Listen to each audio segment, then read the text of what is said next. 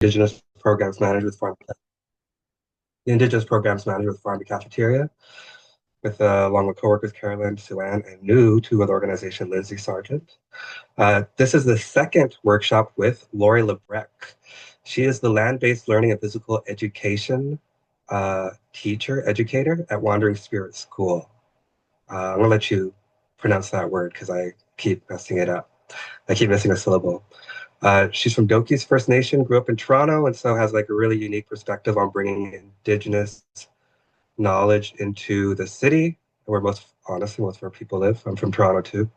I had a great opportunity to go to Wander Spirit a couple weeks ago and help them parch rice and have fun with all the kids. And they are so lucky to have that opportunity and good teachers and watching you teach the little kids about the prophecy of Manoomin. What that was crazy awesome, especially in Toronto. So I'm really happy that you could bring some of that knowledge here and give us some insight into that work you're doing, that good work you're doing. It's the Nakwe Jesus. It's the leaves turning over moon now here in Ontario. So we're getting ready for the cold. And I'm going to turn it over to Laurie. Thank you so much. Miigwech, miigwech. Thank you, Jeff. It was so lovely to have you. We had such a great day. And I hope you guys can come and visit again soon. I'll start sharing my screen now. Are we all good? Can everyone see? Let's do this.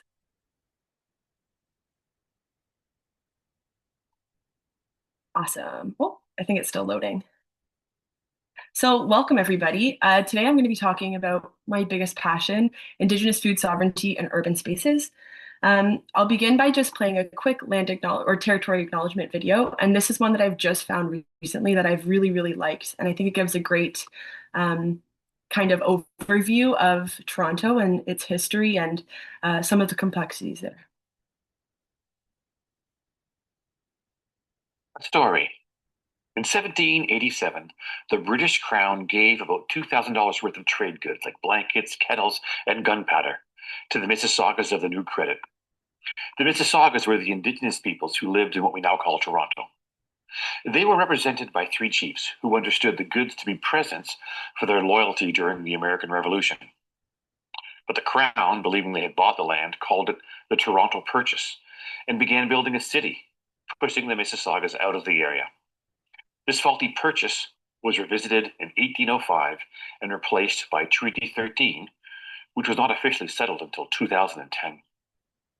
Similar treaties and so-called purchases were made across the country. In fact, the city of Toronto is covered by two different treaties, Treaty 13 and, for lands in what is now known as Scarborough, the Williams Treaties. We now live on and benefit from these lands and treaties. And so, with the deepest respect for the land and those who were its stewards since time immemorial, I acknowledge the school building we are in today is hosted on lands that have been cared for and lived in by the Mississaugas of the Anishinaabe, the Haudenosaunee Confederacy, and the Wendat peoples. I recognize their enduring presence and all who came before us since long before Confederation, and accept our shared obligation to appreciate the land as it is and ensure it is left as it was when we came. In Anishinaabe-Moan, the language of the Ojibwe peoples, the word miigwech means thank you. Today, I say miigwech to the many First Nations, Métis, and Inuit peoples who have been caretakers of our lands and waters and continue to be vigilant over their health. And I'm going to stop it there. I was born and raised in Toronto, but my family's from Doki's First Nation, so I'm not living on my traditional territory. And I think it's really important, as complex of a issue as land acknowledgements are, and sometimes personally, I'm not necessarily in full agreement with them, but I think it's really important to honor that and to recognize that my presence here is rooted in a history of movement and displacement on my mom's side of the family, kinship among Indigenous nations, and that I carry my own community's teachings and responsibilities with me. I'm committed to living in good relationship with the land and its original caretakers. So, hello, welcome everybody. Like I said before, my name's Laurie LaBrecque. I am from Toronto, but my family's from Doki's First Nation. My spirit name is Standing Buffalo Woman, Kâpapâmachakwêw, Indigenous. And yeah, my mom is second generation Canadian, so she is Irish on her dad's side and her mom's side, newly, or I guess closer in movement on her dad's side. And my dad, his family's from Doki's First Nation. So I've just included some photos here. I think it's really important to share my relationality to all of this work that I do. And I think it gives a lot of context to why I choose to do the work I do. I've just put a picture of my mom and I in Ireland here. This is my grandfather here, Albert LaBrecque, my mom and my dad, my cousin Jamie, well, James, I should say. My great grandpa, sorry, is here. That's Eli LaBrecque. And then on this far right side is my dad and I at a Leafs game because we are big Leafs fans in this house. Um, so I work at Kâpapâmachakwêw Wandering Spirit School, and it was founded on the vision of Grandma Pauline Shirt and her husband Vern Harper, who have both passed away now. Grandma Pauline was a complete visionary and activist for Indigenous peoples. She led at that time called the Native Peoples Caravan from out west all the way to Ottawa to deliver how can I phrase this? To deliver some things to the government. They were under the understanding that Indigenous people weren't being treated fairly and they wanted to make their voices heard. So when I think about my school and the work that we do, I always remember and look back on the fact that my school was started and founded as a form of activism and resistance, and that I want to carry that spirit forward moving on.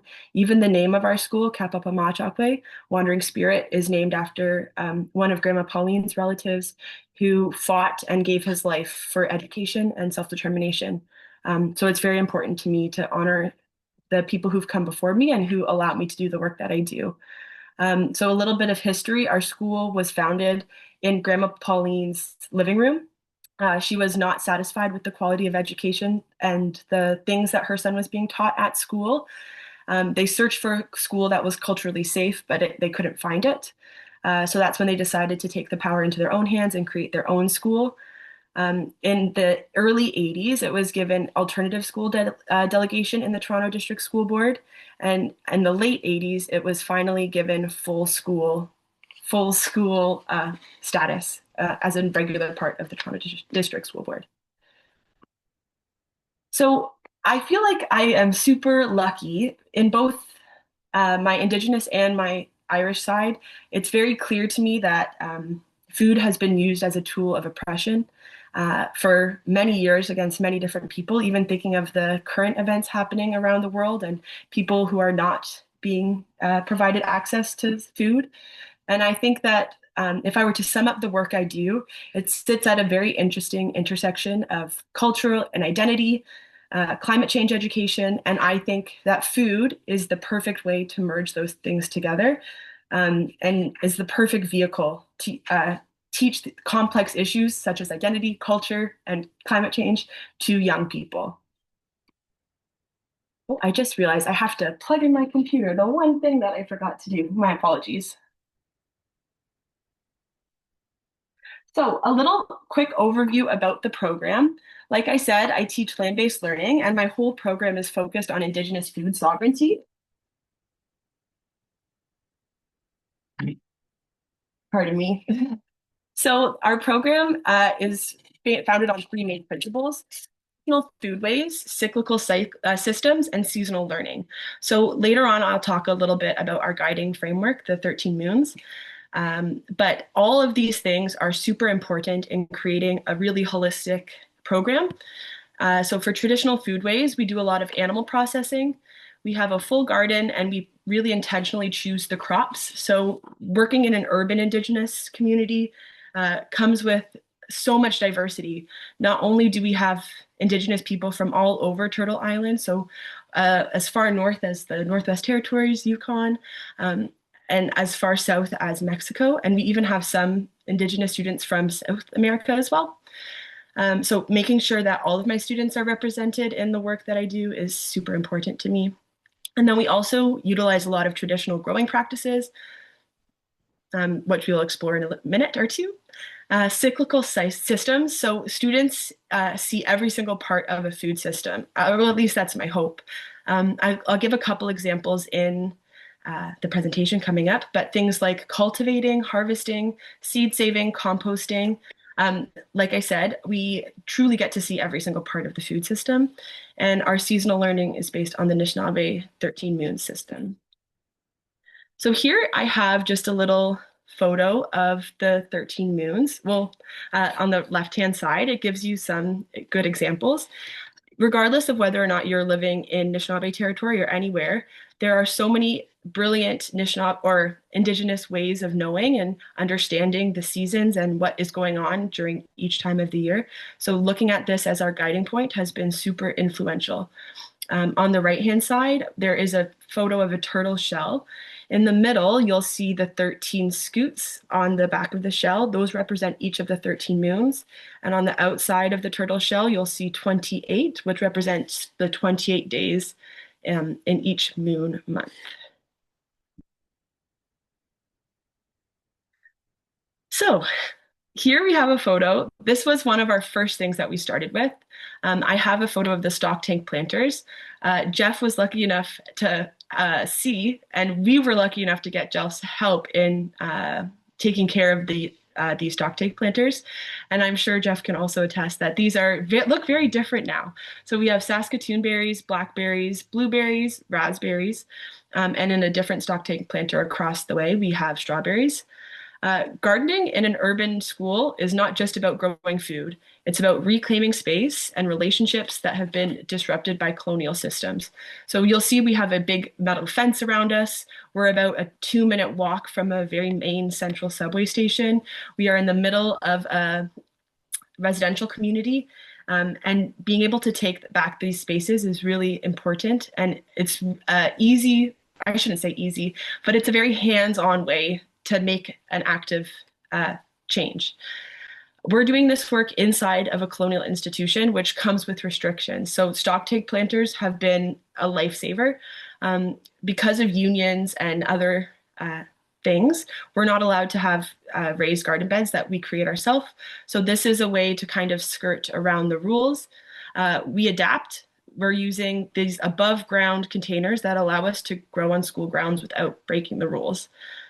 This is a small but powerful act of resistance. We're asserting that Indigenous knowledge and practices belong in schools, not just in textbooks, but in the soil. Something as simple as growing a few different crops, it seems like what change can that make? But like I said earlier, we live in a very urban area, and my students come from all different types or walks of life. So a lot of my students have grown up in apartment complexes, and they have no access to gardening in this capacity. So seeing the looks on their faces when they finally can see how a blueberry actually grows, or that digging up that first potato, it's really, really beautiful to see the difference that can make in their life. So I also have included some photos of our vermicomposting. We have 2 large tumble composters, and we also have vermicompost bins in every single classroom. So students not only get to grow the food, they eat the food that our incredible food sovereignty chef Joanna Simon cooks for them, and then they compost and use that compost in our gardens. We teach about companion planting, the roles of pollinators, natural soil health, and working in sync with the moon cycles. These teachings are paired with urban innovations. So, for example, we couldn't have a compost pile because the facilities lady has told me, obviously, especially in Toronto, things like rodents or other critters. So we've made do. We've bought tumble composters, and that has been super great. And even these vermicomposting bins have been lovely. I was at an Eco Schools conference earlier in the day, and a lot of people were talking about how they do all of this work to sort their compost or sort their recycling.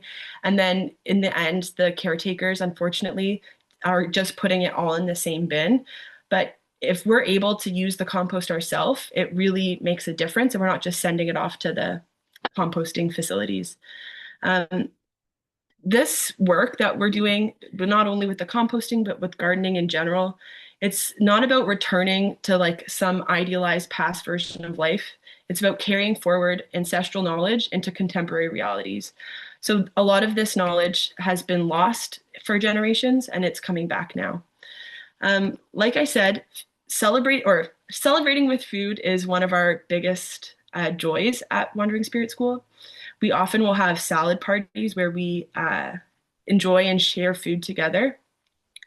I have a photo on the far right of a student with some mulberries that aren't quite ripe, but it's a great way to connect with community. So those mulberries we saw growing on one of our neighbors in one of our neighbors' yard, and they were so gracious to hand them to us and let us enjoy the lovely sweet treat.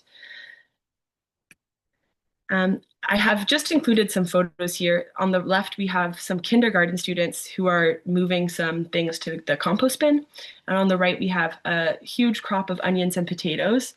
A lot of my students, when I hear their stories and hear their opinions on the food sovereignty land-based learning program, a lot of them have expressed feeling disconnected, not only to the land around them, but to community in general, and seeing the difference that is made when they spend time in nature, and specifically while gardening and while reclaiming these ancestral knowledges is really beautiful.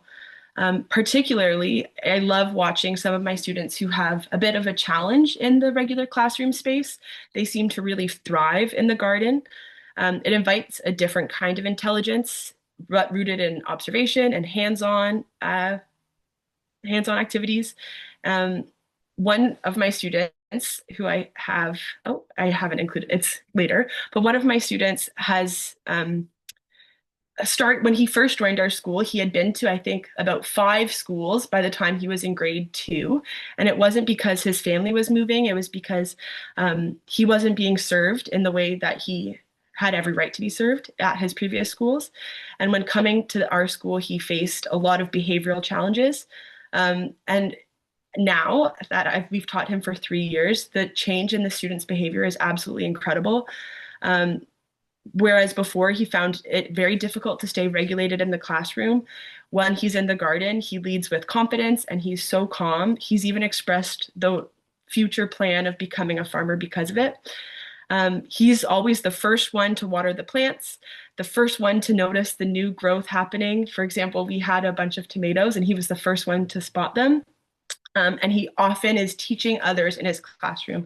So finding that sense of leadership has been really beautiful to see. The garden gives students space to lead, to heal, and succeed, but on their own terms.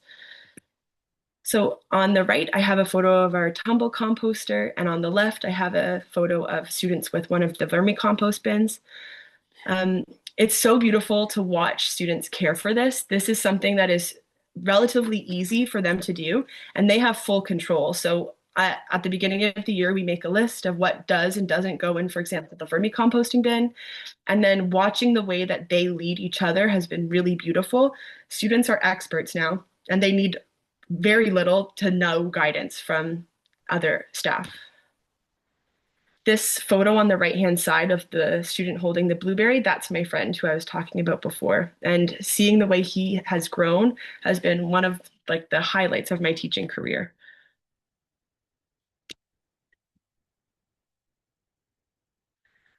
We teach food as full cycle systems. So it's not just the planting and harvesting, but also seed saving, composting, and returning the nutrients to the soil. Students learn how each stage connects to the next. So we're looking at circular systems, not linear processes of consumption. And this reinforces Indigenous epistemologies of reciprocity, responsibility, and relationship with all living things. Students are beginning to understand that we don't just take from the land, that we're a part of that cycle, and part of our responsibility is to give back as well.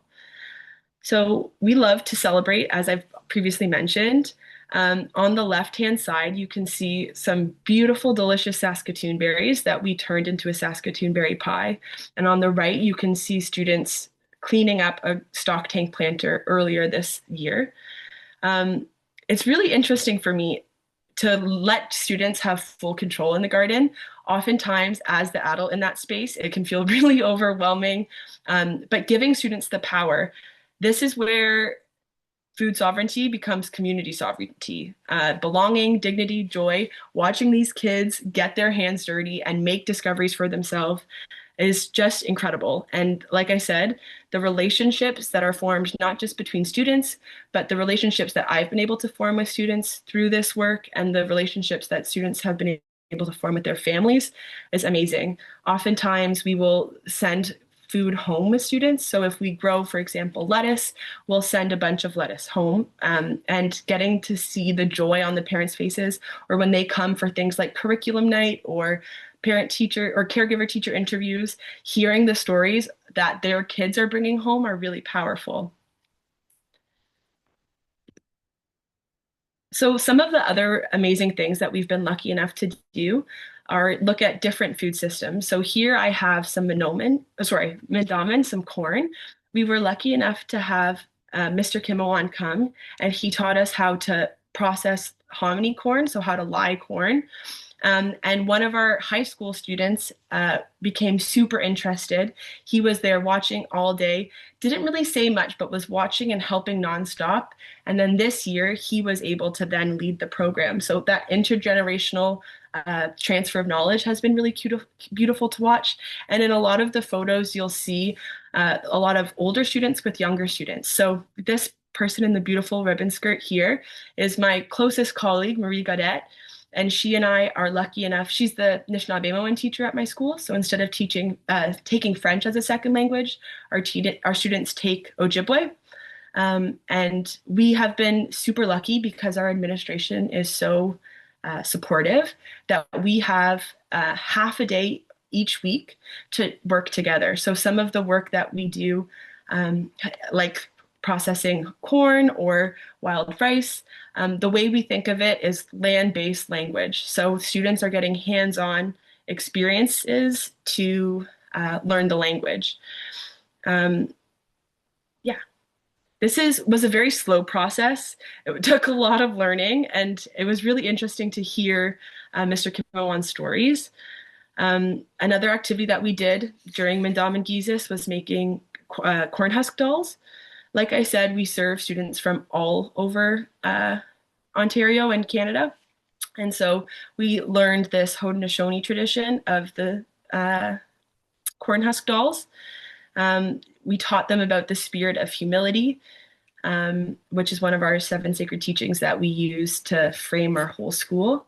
And then on the right, actually, this is the student who was watching the whole time, and then this year has fully taken over. So this is one of my favorite activities, and this is something that Jeff was able to come and work with us this year and help us out. So each year we process a ton of manoomin. On the left, you'll see some wild rice that's still in their little husks. And I'll play a quick video. Oh my God, my finger like this is one of our students, Faya. She's dancing on the rice. So she's using her feet to dance and to remove the chaff from the grain. Wild rice is a sacred food for Anishinaabe. Its harvest is part of our origin story. So when Jeff earlier was talking about the prophecy, connecting students to culture through these activities is one of the most important things to me. And I feel so grateful that we're able to teach them these things in ways that are engaging and hands-on. Last year, we invited Mark Brown. He's one of my best friend's fathers, and he's a harvester and knowledge holder, and he helped guide the process. So he taught all of the older students about the prophecy of the wild rice, and he was able to guide us through the whole process. Through this work, students have learned about sovereignty, sustainability, and ceremony.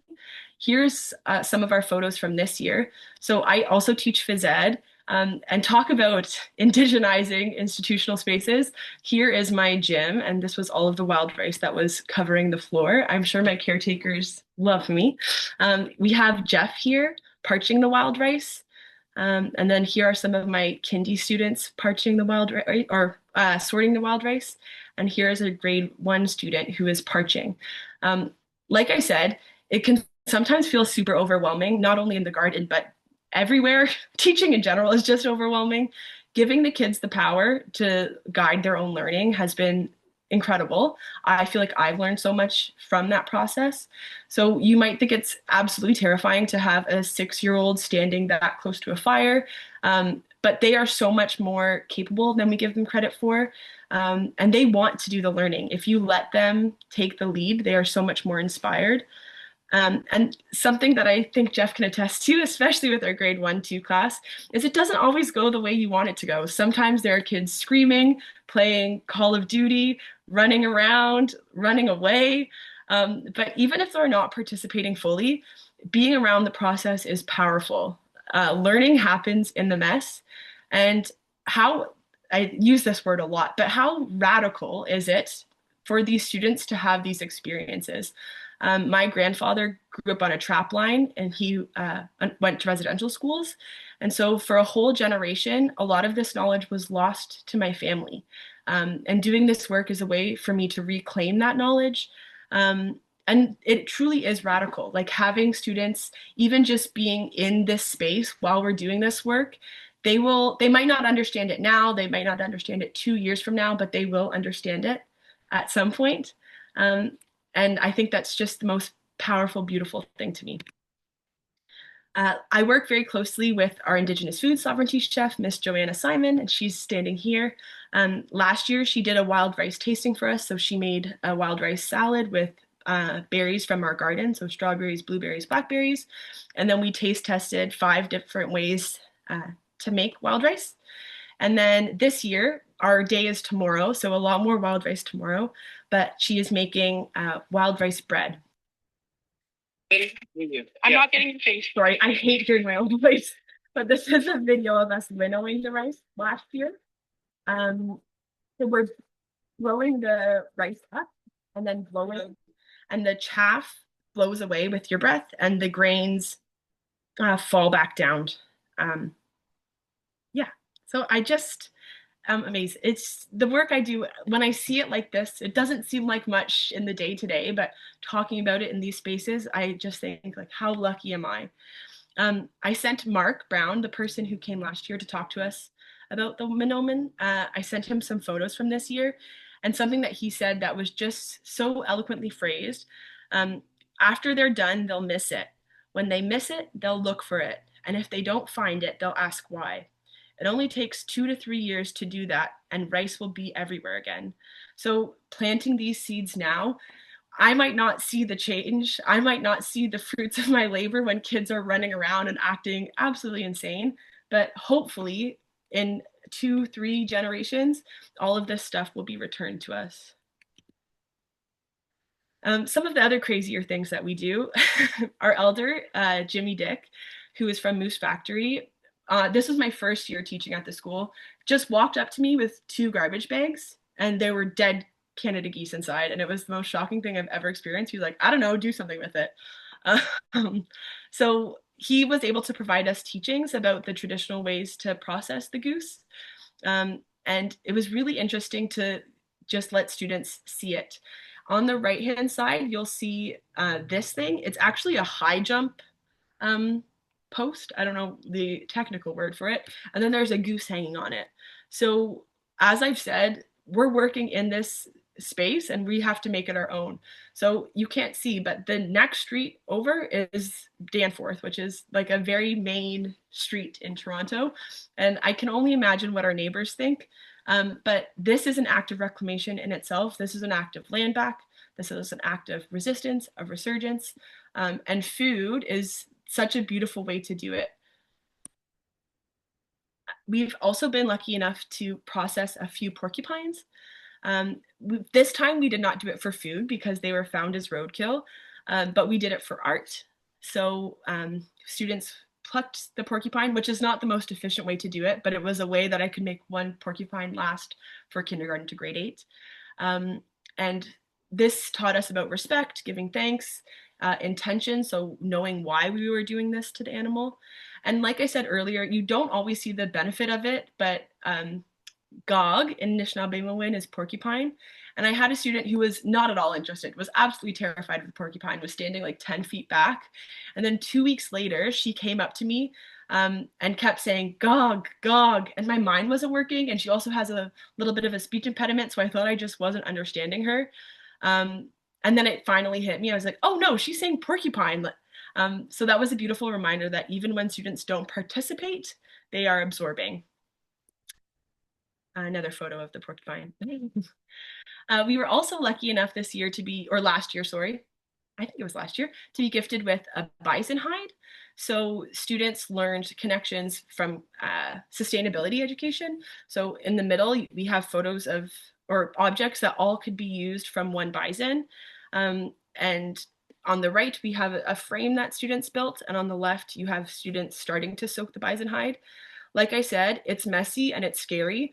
For the frame, these were grade, I think they were 5 and 6 at this time. And they were the ones I gave them the materials and I taught them how to safely use it. And then I just kind of let them do it, which if you are a health and safety person, plug your ears for that part. But what a powerful experience and what a way to build confidence.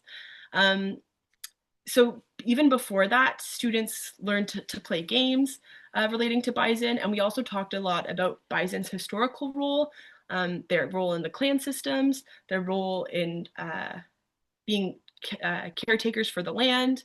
And we talked a lot about bison as a metaphor for Indigenous resurgence, where once it was nearly wiped out, it is now returning strong. And we talked about our roles as the bison and how we are bringing back all of this knowledge.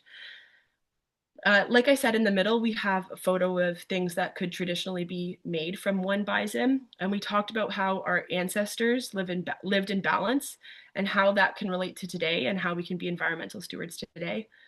And what was really interesting is our food sovereignty chef was able to work alongside us. So for a whole week, we were eating things like buffalo meatloaf, or bison burgers. And so it was really neat to see that connection between food and this.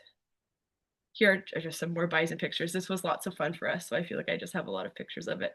Oh yes, on the left is a student who at this time was in grade 1 with a giant butcher knife. And as long as you teach them to use it safely, I have not had any accidents yet, so cross my fingers.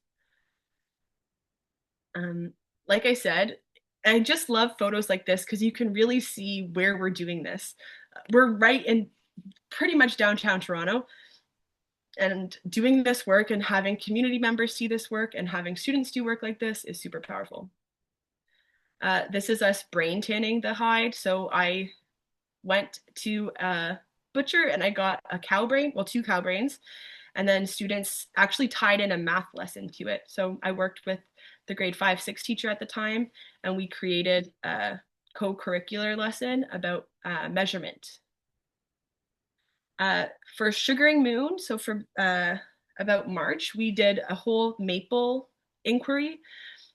We were able to go to Forest Valley to tap trees. We harvested the maple water and then we had a wonderful taste test. So we enjoyed maple taffy. We did a taste test between artificial syrup and real syrup. And Miss Marie told stories from her community. These oral traditions came alive in the sweetness of the syrup. We also hold a maple relay race every year where students carry sap. They just carry water in large pails. They boil water, so they have to make a fire to boil water, and then they race to finish. And it's always so fun to see how they do it. So something that I often get asked is we're doing similar things year after year because we do the 13 moon months. And so for things like Minomen or Mindamen, so wild rice or corn or maple or the salmon that you will see shortly, these things come back year after year. But students never learn the same thing twice. It's really beautiful to see what they're able to take out of it each time and how different it is each time. And so maple is a really great example of that. So curriculum connections. I teach land-based learning, but I also teach phys ed. So I'm going to go through specifically one moon month with you and talk about the curriculum connections that I've made to phys ed. So you might be thinking, physical education, I'm not entirely sure how that connects, but hopefully by the end of this little section, it'll make a little bit more sense. Indigenous foodways can be incorporated into all subject areas. I have found really fun and engaging ways to talk about food sovereignty and Indigenous foodways through PE, so learning about foodways or food systems through games. For example, we've done wild rice obstacle courses, we've done maple relay races. When we were doing the bison, we played lots of bison themed phys ed games. But the one that I really want to focus is on salmon. So each year, students get to see a full salmon's life cycle. We begin each year in late September, early October by taking a trip to the Humber, and students are able to watch the salmon run. Here's a video of this year's salmon run. If you look at this kind of yellow part, you'll be able to see the salmon.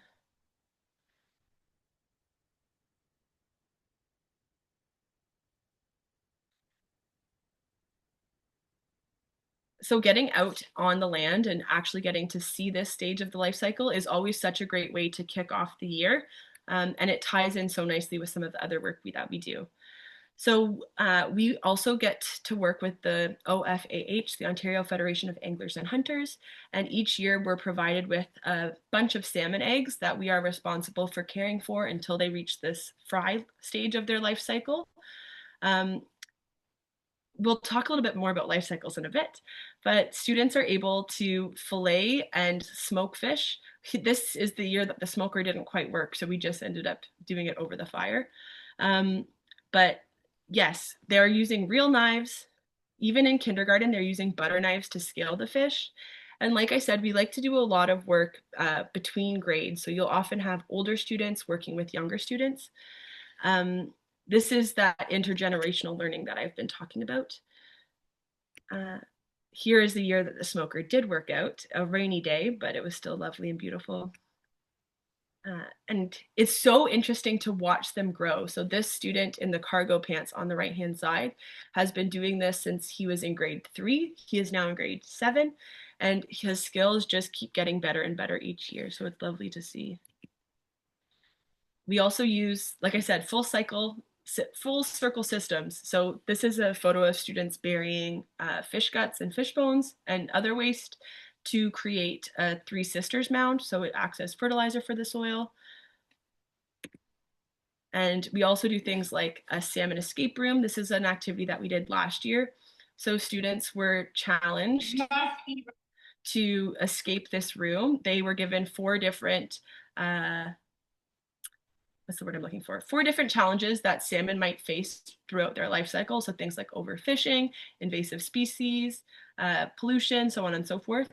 And they had to solve different riddles or clues or build different things in order to create or to escape the room. So this is an activity where they had to build their own water filter out of natural materials to raise a key to be able to unlock the next clue, for example. And then would be at the end of the year where students are able to release the fry that they've taken such good care of all year. And this is always such a highlight for us. So some of the games that we play in phys ed, for example, are bear, salmon, mosquito. So talking about the relationships between the predators and the prey.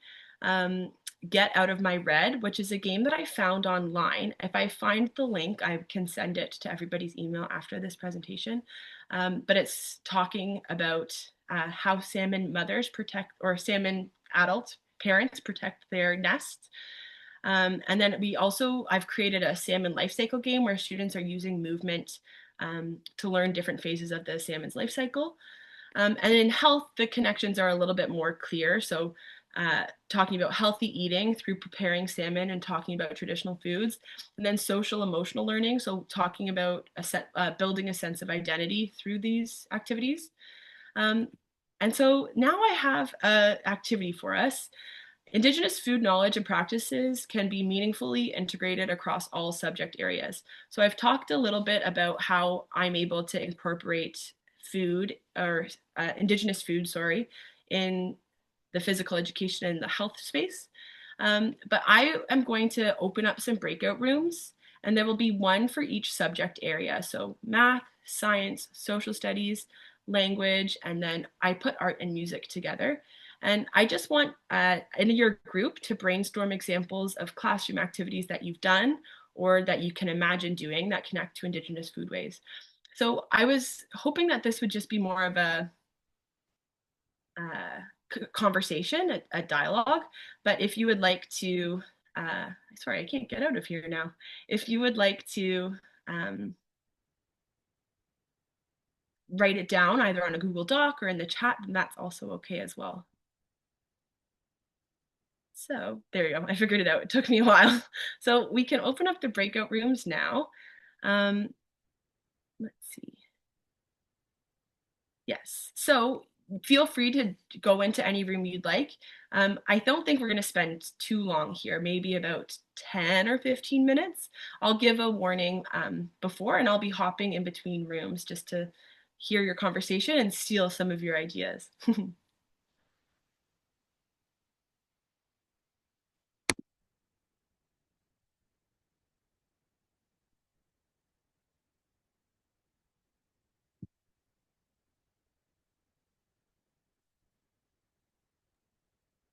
Did the join a room thing appear for folks or no? Super lucky to get I was super lucky to pop into every breakout room, and hearing from you guys was probably the highlight of my day. Hearing from the social studies about how kind of challenging it is to even have enough time to talk about social studies when so much focus is placed on language and mathematics. That was lovely. Spencer, I feel like you're also kind of like a rad fight the power kind of teacher like me, so I really love talking to you about that. Christy, it was so lovely to hear your story and to talk about connections between art. We were even talking about indigenizing spaces. So one example that I shared was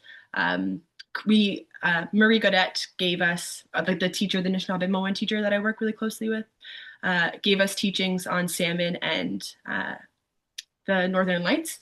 And after hearing those stories, students created little art pieces that they're kind of like shingles, wooden shingles, and we painted salmon on them, and then we put them all up around our schoolyard. So indigenizing the space in that way and incorporating language in that way.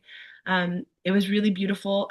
I think it was Celeste who was talking about food preservation and the chemistry behind that, and how, for example, for canning or creating jam, it has to be a certain pH and it has to have this X amount of sugar, or I'm not going to say it as eloquently as you did, but it was really lovely to hear. If anyone wants to share, I know we're back in the big, scary, full room. So if anyone wants to be brave and unmute, I'd love that. Otherwise, we can wrap it up. No worries. I was able to hear everyone, so I feel very lucky for that. I only have 2 slides left. So I hope that through this presentation, sorry, there we go. I hope that through this presentation, you were able to learn a little bit more, meet somebody new, find a new connection. Bringing it back to my introduction at the beginning, my grandfather grew up on a trap line. All he knew was the Ojibwe language. He didn't speak any English. And due to colonization, his life changed from living close to the land and growing up with these teachings. Very quickly changed. Education was used against him. That knowledge was completely lost to my father through assimilation and forced schooling in the residential school system. And I feel so grateful that the work that I do, this work, is about reclaiming and replanting what was almost taken. Teaching students that their voice matters, that their identity matters, and that all of these things are not separate, but they're all wrapped into one, is so powerful. Teaching about food systems in colonial schools is a form of activism. It's radical, relational, and land-based. Teaching is resurgent, teaching is land back, and teaching is ceremony. It was so lovely to get to talk to you guys. Thank you so much. I had such a lovely time. And I'd love to hear if anyone has any questions, either about something curriculum related or kind of big picture related, or about any of the things that I've shared today. Thank you.